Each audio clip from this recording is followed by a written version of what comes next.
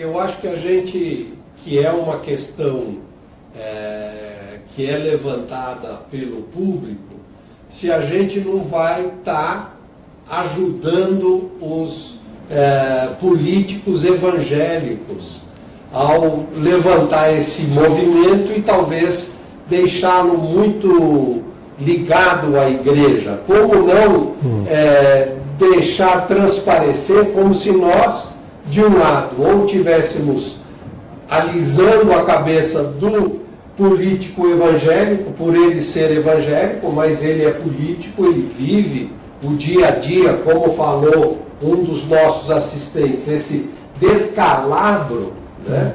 Então nós não queremos nem apoiar que as coisas continuem como estão, e, ao mesmo tempo, como lidar com a responsabilidade, porque eles também são responsabilidade nossa.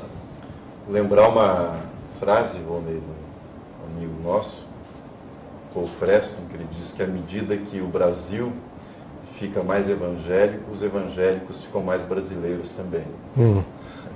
É verdade. Inclusive nos seus defeitos, né? Uma das preocupações do nosso manifesto é a preocupação com a autocrítica.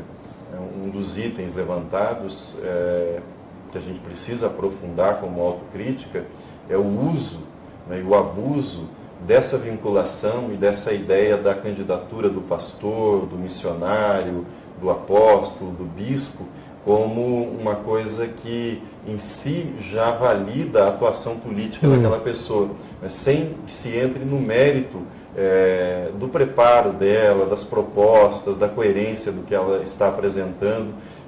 Esse é um elemento de autocrítica, né, que a gente tem que levantar e entender que a graça de Deus, né, Deus usa nessa esfera pública pessoas que são tementes a Ele, pessoas que estão vinculadas, professam a fé cristã, e pessoas que não professam a fé cristã.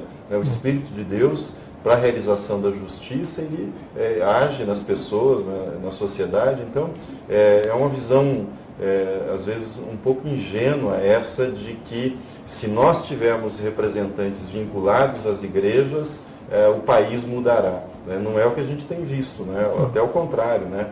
Boa parte da representação, não todos, né? Mas boa parte acaba participando da velha política, né? De tudo aquilo que faz parte das chagas do país, né? Então, eu acho que esse sentido da profecia como autocrítica tem que estar presente na nossa reflexão, né?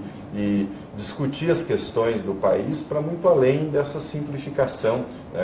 Eu acho que a pregação, a conversão individual, isso é um ministério da igreja. A igreja não pode esquecer, mas entender que existem estruturas, visões de mundo que precisam ser questionadas constantemente, né? E é isso que a gente se propõe, né? Muito menos do que tentar fazer um aliciamento, né? Evangélico e de candidaturas cristãs como sendo a solução para o Brasil, né? Acho que a solução são pessoas cristãs na política, nas empresas, vivendo o cristianismo na família, nas diferentes esferas da vida, né? E não numa única esfera. A gente não pode desconsiderar a história. A história tem uma lei.